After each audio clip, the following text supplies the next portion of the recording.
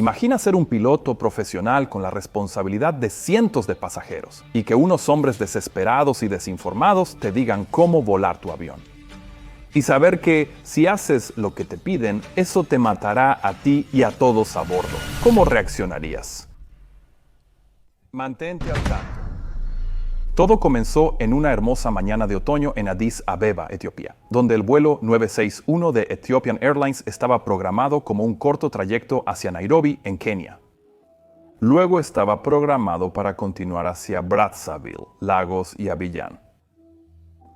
El 23 de noviembre de 1996, la aeronave programada para operar esta ruta era un Boeing 767-260ER con matrícula Eco Tango Alpha India Zulu. Era un avión de fuselaje ancho y dos motores que se había incorporado a Ethiopian Airlines en 1987. Estaba impulsado por dos motores turbofan Pratt & Whitney Jetta T9 Delta y configurado con 18 asientos en clase ejecutiva y 174 en clase económica. En total, la aeronave podía transportar un máximo de 192 pasajeros, aunque no estaba programada para ir llena ese día. Pero el hecho de que este 767 fuera un avión de largo alcance, usado a menudo en rutas mucho más largas que esta, jugaría un papel importante en esta historia. Muy temprano en la mañana, el personal de tierra recibió la instrucción del despachador de cargar combustible suficiente para unas 3 horas y media de vuelo.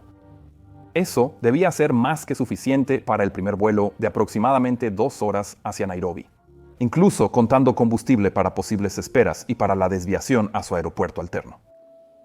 Pero, obviamente, esto era mucho menos que la cantidad máxima de combustible que podía llevar el 767, con lo cual tendría un alcance de unas 11 horas, y eso conviene tenerlo presente.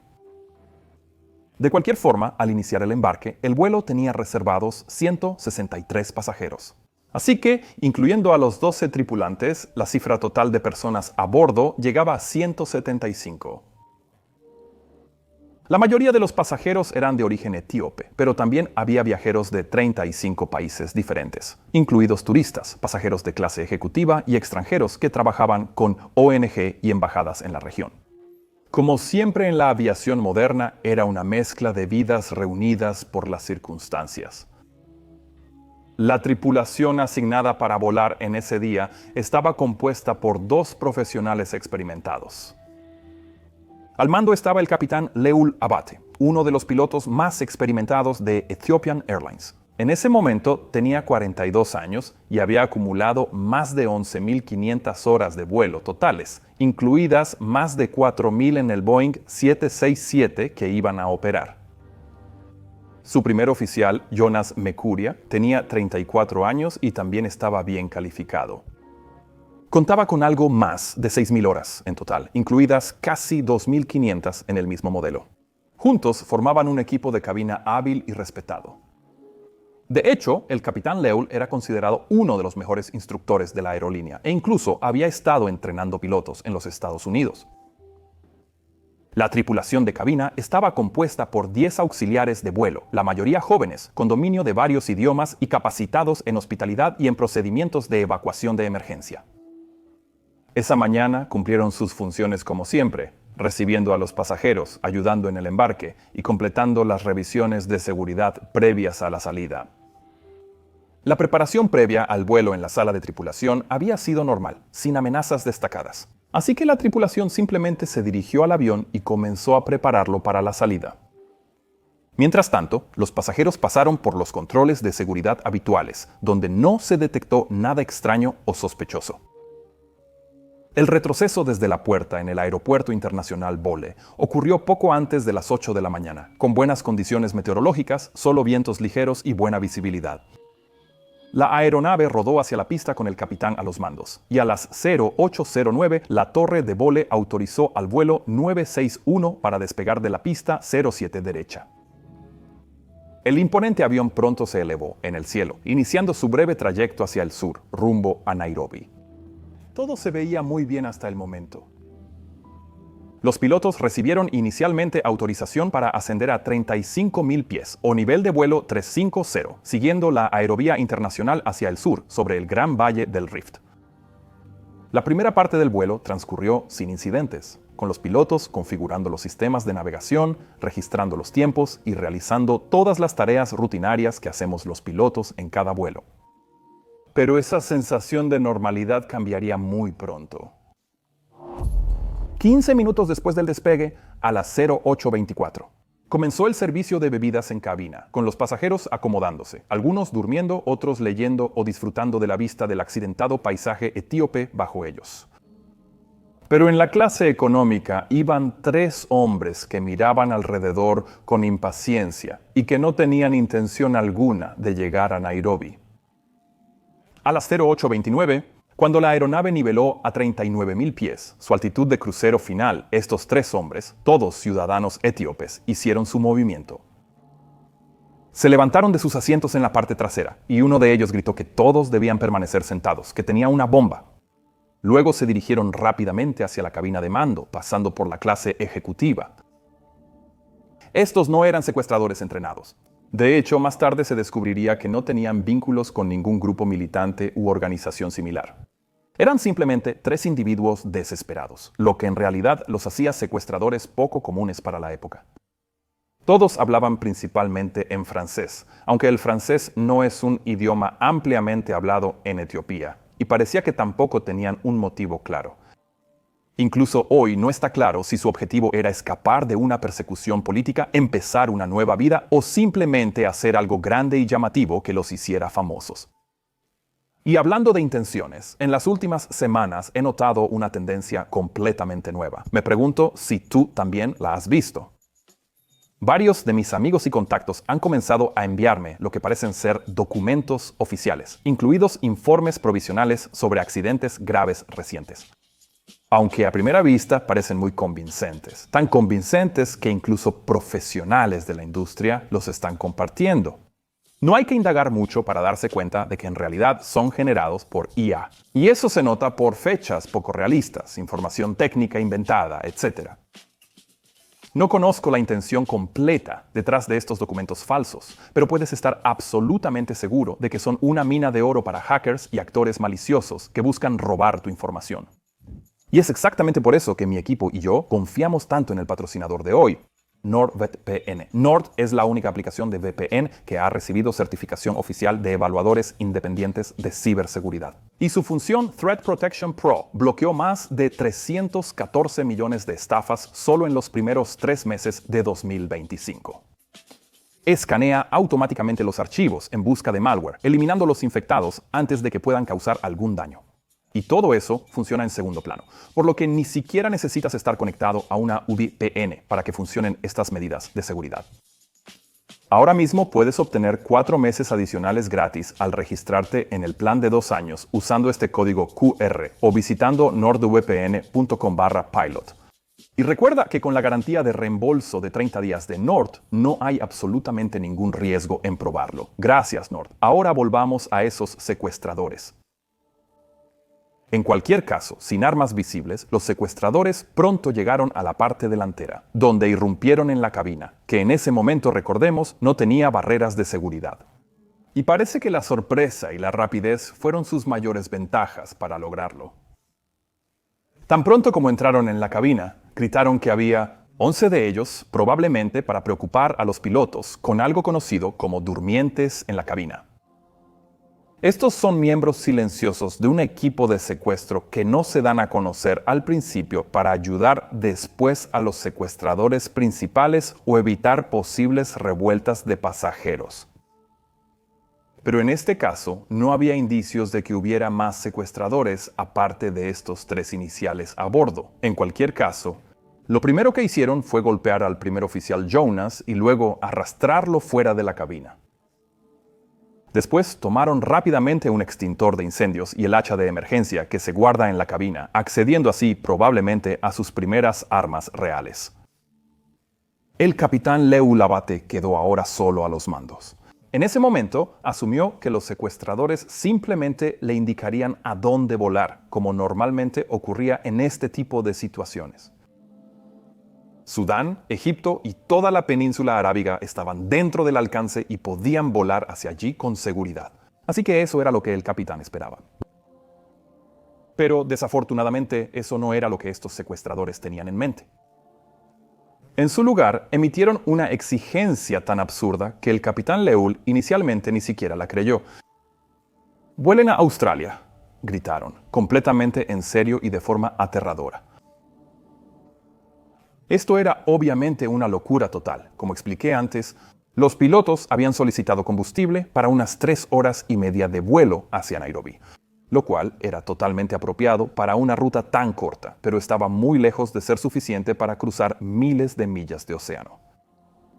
Sabiendo esto, el capitán Leul intentó mantener la calma y comenzó a explicarles la diferencia entre el alcance máximo de la aeronave y su alcance real basado en la cantidad de combustible cargada. Incluso les mostró los indicadores de cantidad de combustible con la esperanza de que lo entendieran.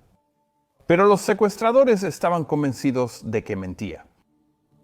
Como prueba, uno de ellos sacó triunfalmente una copia de la revista a bordo de Ethiopian Airlines, que también indicaba el alcance máximo del 767 en más de 11 horas. Y basándose en eso, insistieron en que eso probaba que el avión podía hacerlo. Los secuestradores exclamaron que harían estallar el avión si Leul no obedecía. Y luego le mostraron un artefacto que decían que era una bomba, pero que parecía solo un guante grande. Así que el capitán Leul dudaba seriamente de que los secuestradores tuvieran realmente una bomba. Pero también sabía que estaban dispuestos a recurrir a la violencia, ya que ya habían golpeado a su primer oficial. Ahora también tenían un hacha y un extintor de incendios que podían usar como armas contundentes, por lo que la amenaza de violencia era muy real. Además, era evidente que estaba tratando con individuos potencialmente perturbados. Y si decidían también atacarlo a él, entonces no quedaría nadie para volar el avión. Así que, en lugar de antagonizarlos, el capitán Leul optó por mantenerlos hablando, ganando así tiempo para él y la tripulación. Esta decisión se basaba en su propia experiencia, ya que, increíblemente, no era la primera vez que lo secuestraban, en realidad era la tercera. Anteriormente había sido obligado a volar a Sudán y en otro secuestro a Kenia, así que supongo que esto era tan rutinario para él como algo así podía hacerlo. En ambos casos, cumplir con las exigencias de los secuestradores y llevarlos a donde pedían terminó con un aterrizaje seguro. Una experiencia que definitivamente formó la perspectiva del capitán Leul de que la mejor manera de tratar con secuestradores era aceptar sus demandas con calma. Así que ahora contactó al control de tránsito aéreo para informar que la aeronave se desviaría. Y agregó que el avión había sido secuestrado y que le habían exigido volar a Australia. En ese momento, el transpondedor del avión estaba ajustado en 2000 y según el informe, eso nunca cambió. Pero en general, los secuestros forman parte de 3 situaciones distintas, en las que se debe ingresar un código específico de emergencia en el transpondedor para alertar automáticamente al control de tránsito aéreo sobre lo que está ocurriendo. Esos códigos incluyen 7700 para una emergencia general, 7600 para pérdida de comunicaciones y 7500 para secuestro. Pero, al informar directamente al control de tránsito aéreo, probablemente consiguió el mismo objetivo. En cualquier caso, el capitán Leul ahora enfrentaba una decisión imposible. Si cumplía con las exigencias de los secuestradores, sin duda se quedarían sin combustible en medio del Océano Índico. Y como estaba solo frente a estos 3 atacantes, luchar podría representar otro riesgo mortal para todos a bordo. Así que ahora tenía que idear alguna forma de alejar la aeronave del océano, convenciendo a los secuestradores ansiosos de que estaba obedeciendo, pero manteniéndose dentro del alcance de tierra, y con algún tipo de aeropuertos alternos. Por suerte, parecía que los secuestradores no estaban familiarizados con la cabina ni con sus pantallas de navegación. Así que era probable que la única forma de saber si iban hacia Australia sería si podían ver agua por las ventanas de la cabina. Esto llevó al capitán Leul a tomar una decisión crucial, una que marcaría la diferencia entre la vida y la muerte para algunos de los que iban a bordo. Comenzó un giro gradual hacia el sur, siguiendo la costa y volando hacia el sureste, manteniendo la apariencia de estar cumpliendo con sus exigencias. Mientras esto sucedía, 2 de los secuestradores regresaron a la cabina de pasajeros, dejando a su líder sentado en la silla del primer oficial. Los que se habían ido ordenaron a una auxiliar de vuelo que les mostrara cómo funcionaba el sistema de PA, para luego hacer anuncios en inglés, francés y amárico, diciendo a los pasajeros que tenían el control del avión y que exigirían un aterrizaje. Pero nunca dijeron a los pasajeros que el lugar donde querían aterrizar era Australia. De vuelta en la cabina, el líder de los secuestradores ordenó ahora al capitán Leul que contactara con la oficina de ventas de Ethiopian Airlines en Australia, usando un número que había encontrado en el horario. Y cuando el capitán respondió que no había teléfono a bordo, esto enfureció al secuestrador, que lo amenazó con golpearlo si seguía mintiendo.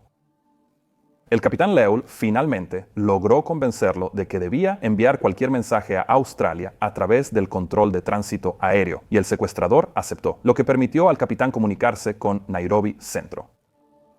Por suerte, este centro de control ya había sido alertado del secuestro por los controladores en Etiopía, que en otras circunstancias habrían recibido esa alerta mediante el código 7500, conocido por todos en la aviación.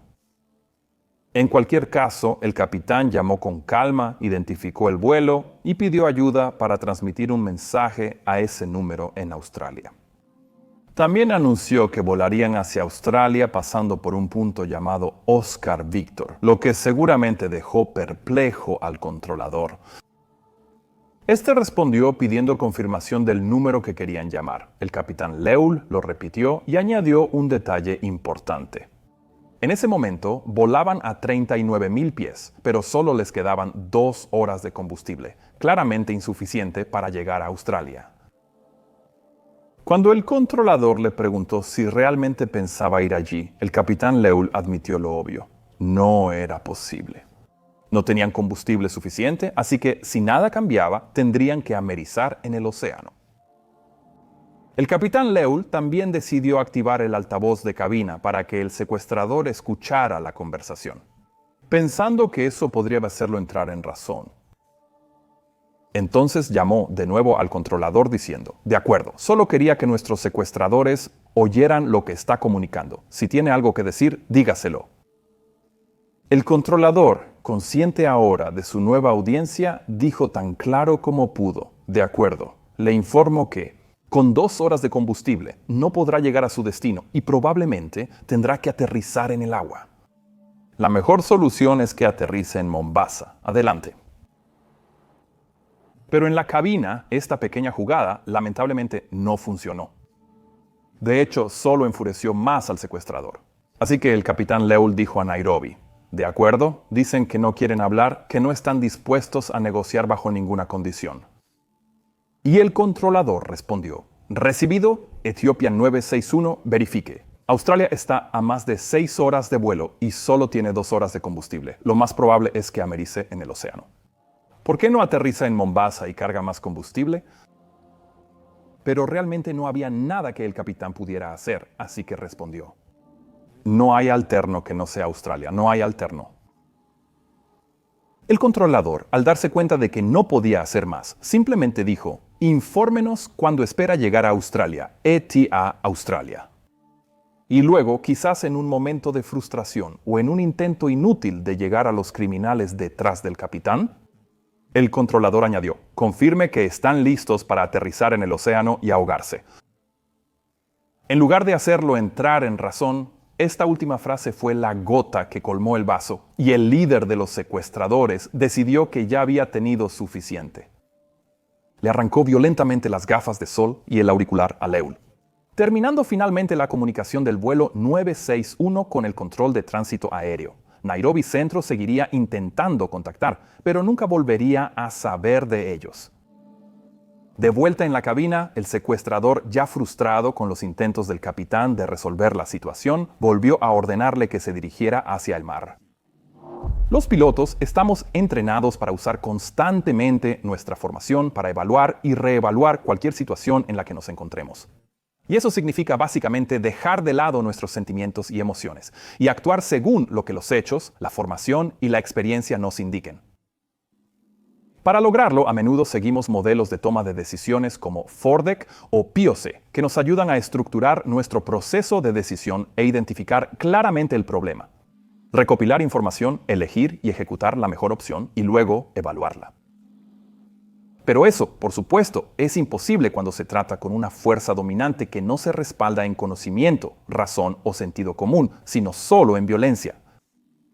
Estos secuestradores habían decidido actuar desde el miedo y nunca desde los hechos. Y en una situación así, ni siquiera los pilotos más profesionales podrían marcar realmente una gran diferencia. Pero eso no detuvo al capitán Leul de intentarlo. Antes de continuar, déjame detenerme un segundo para señalar algo. Aunque este sea un ejemplo horrible de un crimen en curso, no puedo evitar ver paralelos con el mundo en el que vivimos hoy, donde demasiadas personas toman decisiones importantes basándose en rumores, tendencias o teorías de conspiración en lugar de hechos.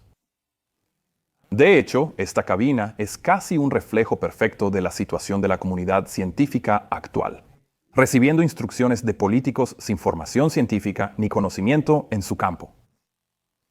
Como pilotos, vivimos y morimos en función de las leyes de la física, décadas de experiencia y la correcta aplicación del liderazgo y los procedimientos. Así que trabajamos en un mundo donde todo sigue girando en torno a hacer lo correcto, no solo seguir a quien habla. Y creo que esa es una de las razones por las que amo tanto esta industria. En cualquier caso, el vuelo 961 ya había pasado su destino original y seguía rumbo sur cuando sobrevolaron Dar es Salaam en Tanzania. Los secuestradores pidieron al capitán que intentara nuevamente contactar con Australia, lo que le dio una rara oportunidad de contactar a su compañía por radio y avisarles de su posición, rumbo y autonomía de combustible. Esa era información que podría ser crucial para determinar el lugar final del accidente si se llegaba a ese punto. Pero cuando los secuestradores se dieron cuenta de que eso era lo que el capitán estaba haciendo, le arrancaron de nuevo el auricular y le ordenaron volar lejos de la costa, hacia la vasta extensión azul del Océano Índico, y hacia una muerte casi segura. El capitán Leul hizo lo que le ordenaron. Realmente no tenía otra opción en ese momento, pero no apuntó el morro al azar hacia el mar. En cambio, comenzó a dirigirse al sureste, hacia la pequeña nación insular de Comoras. Personalmente, nunca había oído hablar de este país, pero lo encontró en un mapa que llevaba consigo. Y, lo más importante, la ciudad capital de Comoras, Moroni, tiene el aeropuerto internacional Prince Said Ibrahim, con una única pista de 2.900 metros, más que suficiente para aterrizar un Boeing 767. Y esa podía ser posiblemente la última oportunidad del capitán de realizar un aterrizaje controlado en algún lugar. Por ahora, el vuelo simplemente continuó, agotando lentamente sus últimas horas de combustible. A partir de unas 3 horas de vuelo tenemos la transcripción del registrador de voz de cabina, que entonces solo guardaba los últimos 30 minutos de vuelo. La grabación comienza captando una escena verdaderamente caótica, con secuestradores que ya habían robado un par de botellas de whisky de la cocina delantera y que sonaban ebrios, con el líder de los secuestradores aún en la silla del primer oficial y otro de pie en la cabina junto a ellos. El tercero seguía en la cabina de pasajeros vigilando posibles intentos de los pasajeros de retomar la cabina. El capitán Leul pidió entonces al secuestrador principal si al menos podía informar a los pasajeros de lo que estaba ocurriendo, pero la respuesta fue breve y concisa: no. En ese momento, con menos de 30 minutos de combustible restante, el capitán Leul sabía que era poco probable que lograran aterrizar con éxito. Así que decidió que la siguiente mejor opción sería preparar a los pasajeros para un aterrizaje en el mar, conocido como amerizaje. En circunstancias normales, esa preparación se haría con la ayuda de la tripulación de cabina, siguiendo lo que se conoce como procedimientos de emergencia con tiempo disponible, explicando las posiciones de seguridad, salidas de emergencia y ubicación de las balsas, así como asignando compañeros a niños o pasajeros con necesidades especiales. Pero ahora nada de eso se estaba haciendo. Por ello, advirtió con calma a los secuestradores que la situación empezaba a salirse de su control, y que, cuando lo hiciera, era probable que el avión se estrellara. Uno de los secuestradores, molesto por esto, le preguntó si quería morir, a lo que el capitán respondió con calma que la muerte ya era inevitable en ese punto. El secuestrador insinuó entonces que habían prometido llevar la situación hasta el final, y que ahora no había vuelta atrás. Una escalofriante admisión de que su causa podía convertirse en una misión suicida. Unos minutos después, los secuestradores decidieron también recordarle al capitán Leul la amenaza que representaban. Cuando el líder de los secuestradores lo miró y le dijo: «No te preocupes, el hacha está conmigo». Y luego, de forma extraña, intentó distender el ambiente ofreciéndole al capitán Leul un trago del whisky que tenían, llamándolo un soborno para calmar sus nervios. Cuando el capitán Leul se negó, diciendo que no había tiempo y pidiendo que lo dejaran solo, el secuestrador insistió en que bebiera. Pero en ese momento se activó la alarma de baja presión de combustible, con su inquietante tono sonando repetidamente, avisando a cualquiera con conocimientos que las bombas ya no tenían más combustible que bombear. Segundos después ocurrió lo inevitable. El motor derecho agotó sus últimas gotas de combustible y se apagó. Ahora, un Boeing 767 a 39.000 pies no puede mantener esa altitud con un solo motor en funcionamiento. O bien comenzaría a perder velocidad hasta entrar en pérdida, o comenzaría a descender hacia una altitud que pueda mantenerse con un solo motor. Algo conocido como el techo de servicio con un solo motor, que suele estar alrededor de los 25.000 pies. El capitán Leul, por supuesto, lo sabía y pronto inició el descenso. Pero los secuestradores, que previamente le habían dicho que no bajara de 39.000 pies bajo ninguna circunstancia, ahora no aceptaban esa realidad. Borracho, incoherente y con una comprensión infantil del vuelo, el secuestrador principal comenzó a entrar en pánico, pensando que el capitán lo estaba desobedeciendo. Señaló el altímetro y exclamó: «Es menos». El capitán Leul preguntó: «¿Qué es menos?». Y el secuestrador exclamó: «La altitud». Tratando de darle algo de sentido a la situación, el capitán Leul explicó que descendería por sí mismo. No soy yo quien lo está haciendo descender. Luego señaló las alertas de apagado de motor y de advertencia principal, y les dijo: «Cuando el motor se detiene, desciende. Les guste o no, va a descender». Pero el secuestrador solo respondió diciendo: «Bueno, ya veremos». A estas alturas estaba claro que la situación se estaba desmoronando, y el capitán estaba perdiendo su frágil control. El avión estaba casi completamente sin combustible, con uno de sus motores ya apagado. Así que los secuestradores, quizá dándose cuenta de la gravedad de la situación, salieron brevemente de la cabina para discutir entre ellos qué hacer. Aprovechando este raro momento, el capitán Leul hizo un último y desesperado anuncio a los pasajeros, transmitiendo su voz por la cabina: «Señoras y señores», les habla su piloto, «nos hemos quedado sin combustible y estamos perdiendo un motor en este momento. Esperamos un aterrizaje de emergencia, y eso es todo lo que tengo que decir. Ya hemos perdido un motor y pido a todos los pasajeros que reaccionen contra los secuestradores. Gracias». Este fue un acto extraordinario de valentía. Al alentar a los pasajeros a resistir a los secuestradores, el capitán Leul estaba asumiendo conscientemente un riesgo personal mayor. Pero estaba claro que, a menos que los secuestradores fueran reducidos, no se le permitiría realizar un aterrizaje de emergencia. Así que eso era realmente todo lo que podía hacer. Pero, trágicamente, su llamado a la acción no tuvo el efecto esperado. Algunos valientes pasajeros empezaron a animar a otros a ayudarles a levantarse y recuperar el control, pero sus esfuerzos se encontraron con mucha duda y miedo. Algunos pasajeros temían que cualquier intento de someter a los secuestradores pudiera provocar que detonaran una bomba o incluso que estrellaran el avión. Y en ese momento, muchos todavía creían que aterrizarían a salvo.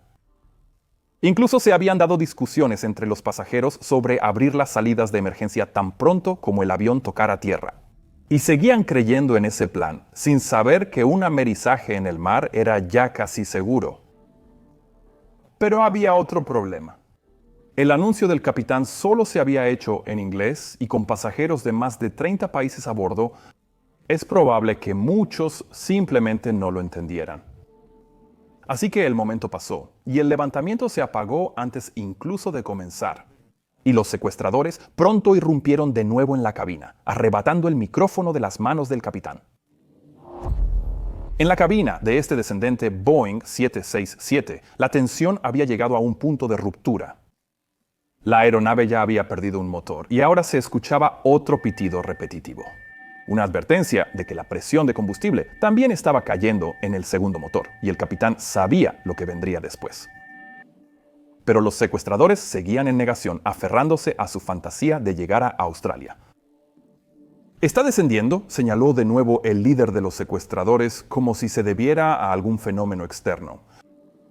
Luego agarró los mandos, tirando bruscamente de la columna de control con suficiente fuerza para desconectar el piloto automático.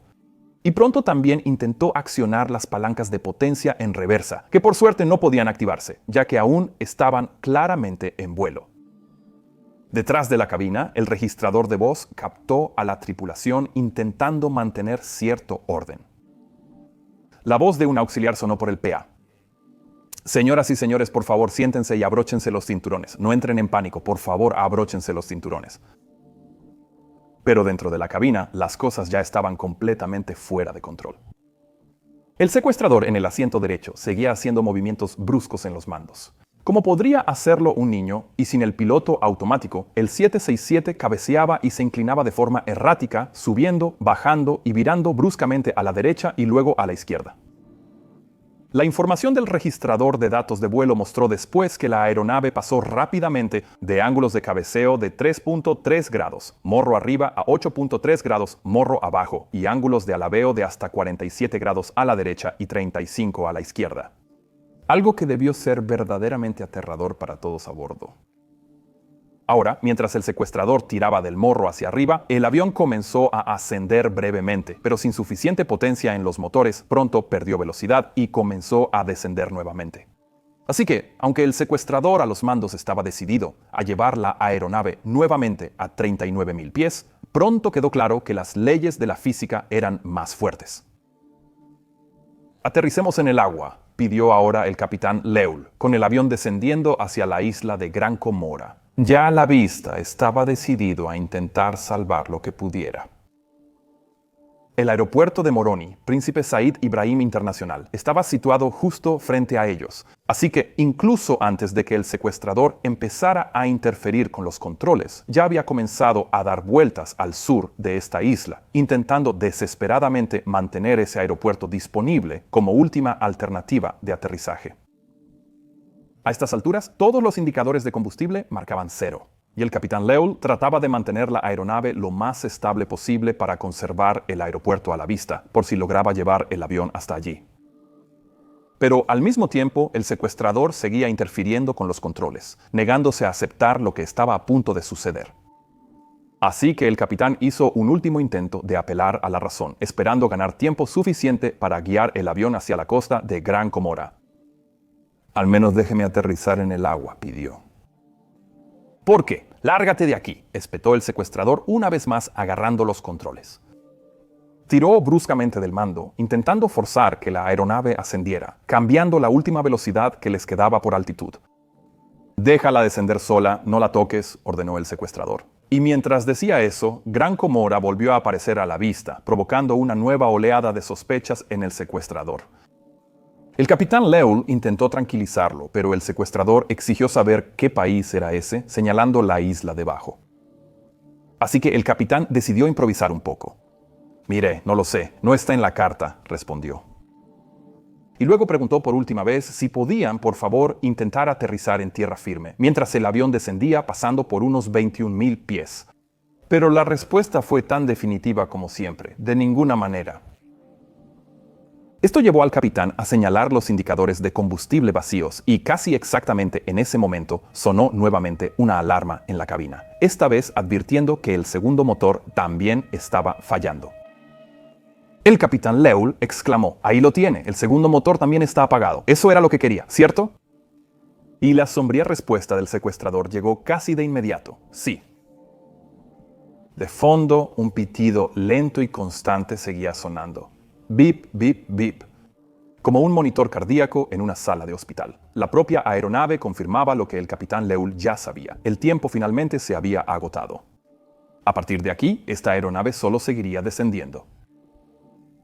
«Por mi responsabilidad, al menos informe a los pasajeros de la situación», agregó el capitán Leul, concentrándose de forma absoluta en el bienestar de los pasajeros que estaban detrás de él. A estas alturas, el cabecilla del secuestro parecía haber aceptado la verdad. No habría aterrizaje en Australia ni en ningún otro lugar. Su voz se volvió entonces más fría. «Desciéndalo, aumente más la velocidad», ordenó, aparentemente decidido a llevarse a todos consigo.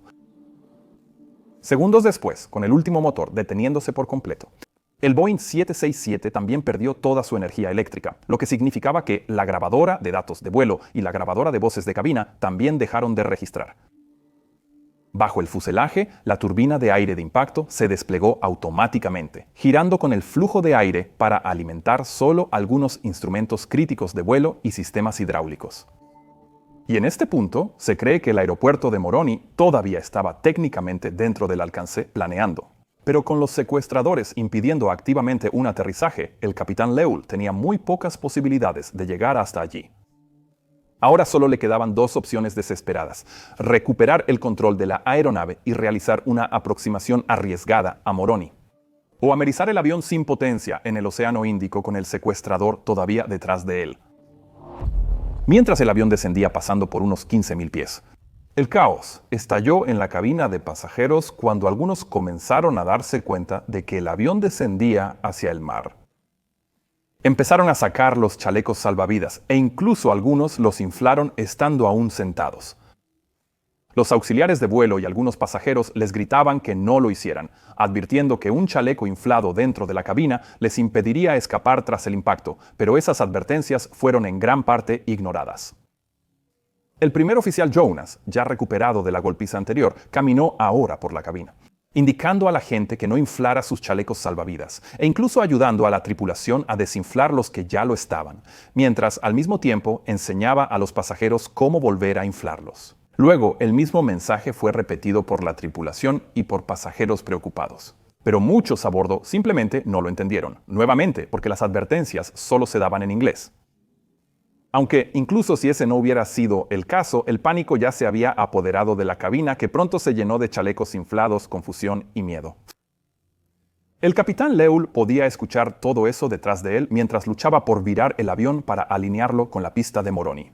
Y finalmente, tuvo un poco de suerte cuando llegó ayuda en forma del primer oficial Jonas, que ahora se abrió paso hacia la cabina, desafiando a los secuestradores. «Déjeme ayudar al capitán», gritó, y juntos los dos pilotos comenzaron a luchar tanto contra los secuestradores como contra el propio avión, ya que, con el piloto automático inoperativo y las fuerzas de control pesadas debido a la potencia hidráulica limitada, volar el avión ahora resultaba físicamente agotador. Y con los secuestradores todavía abalanzándose sobre los controles, agarrando los volantes e intentando impedir que los pilotos llegaran a tierra, esta lucha debió ser verdaderamente monumental. Pero aún así, Leul y Jonas finalmente lograron estabilizar en cierta medida el 767, y al hacerlo se dieron cuenta de que el aeropuerto de Moroni ya no estaba a la vista. Es posible que, para cuando lograron recuperar el control, el aeropuerto simplemente estuviera fuera de alcance. Así que los dos pilotos se concentraron en lo que sí podían hacer: intentar salvar la mayor cantidad de vidas posible realizando un amerizaje controlado. Iniciaron entonces el viraje del enorme Boeing 767 para intentar quedar paralelos a la costa. Existen procedimientos establecidos para realizar un amerizaje. Incluso hay listas de verificación para ello en el manual de referencia rápida, pero ese procedimiento está diseñado para un amerizaje con potencia. Es decir, con ambos motores disponibles, y también supone que todos los instrumentos estén funcionando. Estos dos pilotos iban a intentar lo mismo, pero sin potencia en los motores, y solo con sus instrumentos de reserva operativos, los cuales no incluían un IVSI que mostrara la razón de descenso, así que tendrían que calcularlo a ojo. A solo 150 pies sobre las olas, los secuestradores finalmente se rindieron apartándose de los controles, quizá dándose cuenta demasiado tarde de que ya se habían condenado. En la parte trasera de la cabina, algunos pasajeros intentaban organizar una resistencia desesperada, pero ya no había nada que hacer. El vuelo estaba a solo segundos del impacto, aproximándose rápido y bajo sobre las aguas junto a Gran Comora. El vuelo 961 de Ethiopian Airlines descendía ahora hacia la costa a una velocidad aérea de aproximadamente 200 nudos. Sin potencia en los motores, con escasos instrumentos y muy poca autoridad de control, el capitán Leul y el primer oficial Jonas volaban ahora, por sensación, planeando su 767-200 ER hacia una última y desesperada esperanza. Un amerizaje controlado justo frente a la playa, cerca del pueblo de Mitsamioli. Frente a ellos se extendía la playa de Galava, una franja de arena blanca, considerada en su día la joya del turismo comorense, y tierra adentro de esa playa se encontraba el único gran complejo turístico del país, el Hotel La Galava. Este era un lugar popular, sobre todo para turistas sudafricanos, y en esa soleada tarde había muchísima gente en la playa. Entre ellos, una pareja de Sudáfrica con una videocámara, que pronto divisó un avión volando bajo hacia la costa, asumiendo que se trataba de algún espectáculo aéreo. Así que comenzaron a grabar, y ese metraje se convertiría en una de las grabaciones más dramáticas de un aterrizaje forzoso jamás captadas. Cuando el 767 rozaba el oleaje, el capitán Leul hizo un ligero viraje a la izquierda, intentando alinearse con las olas para minimizar las fuerzas del impacto. Pero, a pesar de su pericia, las cosas no salieron como estaba previsto. Justo antes de poder nivelar las alas, el extremo del ala izquierda tocó el agua, y ese solo contacto fue suficiente. La punta del ala se incrustó, arrastrando el resto del fuselaje hacia abajo. El enorme capó del motor izquierdo se sumergió entonces en el mar, desacelerando y girando la aeronave con una sacudida violenta. El avión pivotó alrededor del motor atascado, y el ala derecha se elevó como una enorme vela mientras el fuselaje giraba en una dramática voltereta. Para los atónitos bañistas, la estela del impacto fue colosal. Una pared de espuma, fragmentos de fuselaje y restos brillando al sol que se elevaron cientos de pies en el aire. Casi de inmediato, el fuselaje se partió al golpear también un arrecife poco profundo como parte del impacto. La nariz se desprendió, el fuselaje central se fracturó y la cola fue arrancada. La cabina continuó girando y desplazándose por el mar hasta quedar finalmente a unos 500 metros de la orilla. Y lamentablemente, ese impacto mató a varios de los pasajeros a bordo. Entre ellos estaban los 3 secuestradores, que se encontraban de pie en la parte trasera de la cabina y en la cocina al momento del impacto. Los sobrevivientes describieron el caos que siguió como puro horror. Algunos pasajeros fueron expulsados de los restos y cayeron al oleaje, donde pudieron nadar o flotar hasta ponerse a salvo. Otros quedaron atrapados dentro del fuselaje invertido y destrozado, que se llenaba rápidamente de agua de mar. El agua era lo bastante poco profunda como para que parte del fuselaje volcado quedara sobre la superficie, pero algunos pasajeros aún estaban sujetos por sus asientos invertidos bajo el agua. Y un factor que dificultó aún más la supervivencia de algunos fue que, instantes antes del amerizaje, pese a las advertencias de la tripulación, muchos pasajeros habían inflado sus chalecos salvavidas. Y ahora, flotando en el fuselaje invertido, esos chalecos inflados los empujaban hacia el techo, dificultando casi por completo nadar hacia las salidas. Algunos lograron desinflar o quitarse los chalecos, pero muchos no lo hicieron. La investigación oficial dejó claro que las lesiones traumáticas fueron la principal causa de muerte en la mayoría de las víctimas de este accidente. Pero también se acepta ampliamente que los chalecos inflados contribuyeron a un número significativo de muertes que pudieron haberse evitado. Pero, contra todo pronóstico, algunos pasajeros sobrevivieron, y su supervivencia se debió en buena parte a lo que ocurrió después. El accidente había ocurrido, como mencioné, justo frente al mayor complejo turístico del país, lo que significaba que la ayuda estaba inusualmente cerca. Docenas de personas corrieron hacia el agua, algunas nadando, otras tomando pequeñas embarcaciones o tablas de remo para ayudar. Entre ellos había instructores de buceo de una escuela local y un grupo de médicos franceses de visita. Y estos socorristas improvisados entraron al agua en cuestión de segundos, sacando a salvo a pasajeros aturdidos y heridos. El aeropuerto local también había sido avisado sobre el avión secuestrado y, por lo tanto, había puesto a su equipo de rescate en máxima alerta. Así que, tan pronto como empezaron a llegar reportes sobre un accidente de avión cercano, se desplazaron y pudieron apoyar los esfuerzos de rescate unos 30 minutos después de ocurrido el impacto. Pero incluso con eso en mente, al final, el número de muertes fue realmente desgarrador. De las 175 personas a bordo, solo 50 sobrevivieron, incluyendo al primer oficial Jonas y al capitán Leul, a quien Jonas sacó heroicamente de los restos. Pero eso aún significó que 125 personas murieron, incluidos los 3 secuestradores sin cinturón y 7 miembros de la tripulación. Lo ocurrido a bordo del vuelo 961 de Ethiopian Airlines es, en muchos sentidos, inimaginable hoy en día. La puerta reforzada de la cabina, introducida después del 11 de septiembre, ahora impediría que un intruso irrumpa en el puesto de mando. Y la mentalidad de los pasajeros también ha cambiado. Ya nadie se queda sentado esperando, así que secuestrar un avión con un hacha y una bomba falsa ya no es un plan viable.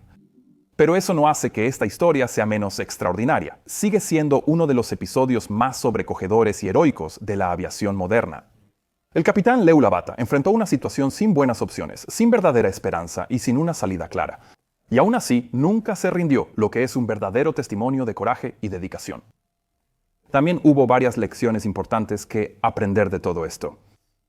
La grabadora de voz de cabina y la grabadora de datos de vuelo perdieron energía justo cuando más importaba, recordándonos por qué los investigadores de accidentes siguen presionando para que haya fuentes de energía de respaldo y tiempos de grabación más largos en las grabadoras existentes. Hoy en día, la mayoría de los aviones comerciales están equipados con baterías especiales que pueden alimentar las grabadoras por un tiempo limitado en caso de una pérdida total de energía, lo que podría resultar realmente importante. Esto también puso en evidencia lo importante que es no inflar el chaleco salvavidas mientras está dentro de la cabina. Y esa es la razón por la que esta instrucción forma parte de cada demostración de seguridad en la actualidad. Otro ejemplo de un procedimiento escrito con sangre. Y por supuesto están las lecciones más conductuales. La estrategia del capitán Leul de mantener a los secuestradores hablando y aparentar cooperar mientras maniobraba sutilmente la aeronave hacia un desenlace más favorable es un ejemplo de manual de desescalada de crisis bajo presión. A veces, ganar tiempo es el único salvavidas que tienes. Y cuando te enfrentas a demandas irracionales y a un peligro real, pequeñas concesiones estratégicas pueden darte minutos preciosos, minutos que, en este caso, significaron la diferencia entre que todos murieran en el Mar Frío y que 50 personas salieran con vida. Muchas gracias por ver este episodio y espero que ahora sí nos hayamos ganado una suscripción y un like. Si quieres ver mi próximo video antes que los demás, quizá incluso hoy mismo, escanea este código QR o ve a patreon.com/join/mentorpilot y suscríbete. Mi nombre es Peter Hornfeld y estás viendo Mentor Pilot. Que tengas un día absolutamente fantástico y nos vemos la próxima vez. Adiós.